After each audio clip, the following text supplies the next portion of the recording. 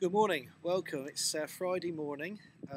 Wanted to do a YouTube this morning just to apologise to parents for the disruption of this week. It is unusual and exceptional circumstances that we're on our third day not being in school. As you can see where I live, it's pretty difficult, and this road there, that road to my other that road there is the one that I am in trouble getting out of in the morning at the minute. The paths and environment at school have been very tricky.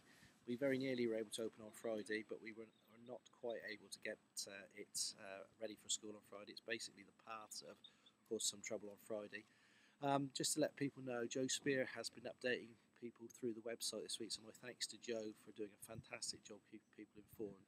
We will post again on Sunday afternoon information about opening on Monday. We expect to be open on Monday. I want to pass on some information about things happening on Monday. One is that there is a critical skills A-level examination at 1 o'clock on Monday, and Mr G will be using Monday morning to revise. If we're open, year 10 and 11 doing that exam will be revising period 1 and period 2, and the exams at 1 o'clock.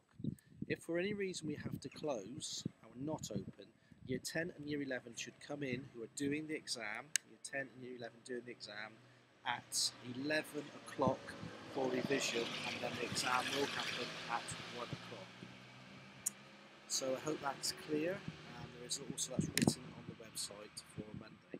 I clearly also want to thank this week Mike Bull. Mike Bull's our site manager. Mike's been in at 5 a.m. on Tuesday,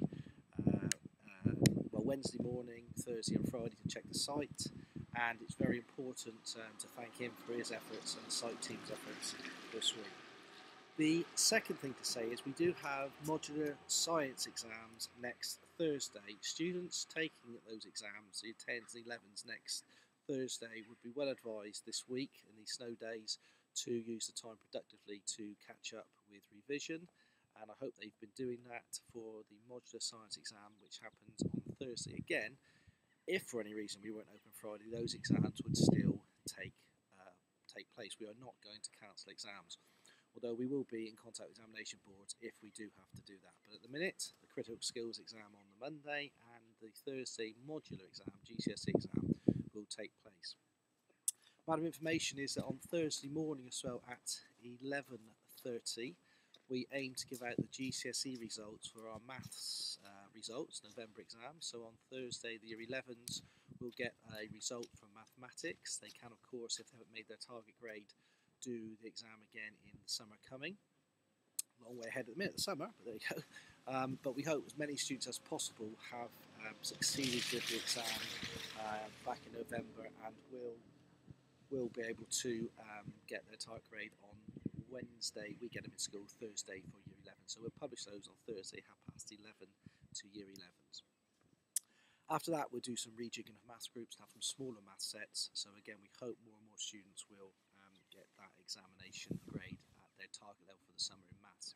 Last thing today at 3 minutes and 40 on the YouTube is to say when we do come back to school next week, the temperatures are likely to be very, very low. So it is okay next week in school to have a hat and a pair of gloves would be useful, and also a warm coat around the school site, because it is going to be exceptionally cold when we return to school. So please wrap up warm.